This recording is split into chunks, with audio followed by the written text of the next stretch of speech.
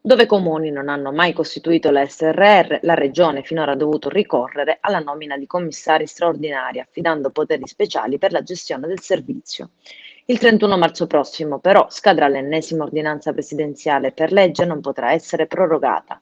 Riportiamo, spiega l'assessore regionale all'energia e ai servizi di pubblica utilità Alberto Pierobon, la gestione dei rifiuti ai territori. Compiamo un altro passo avanti per far uscire definitivamente la Sicilia da una perenne emergenza, nella piena condivisione delle responsabilità e garantendo la tutela del personale. In sostanza, in 4 province dal 1° aprile non sarà più operativa la figura del commissario straordinario, con un vuoto che rischia di causare problemi nei territori. Riguarda chi a distanza di 9 anni dalla riforma che cancellava gli ATO e istituiva l'SRR non ha ancora messo in atto quanto previsto.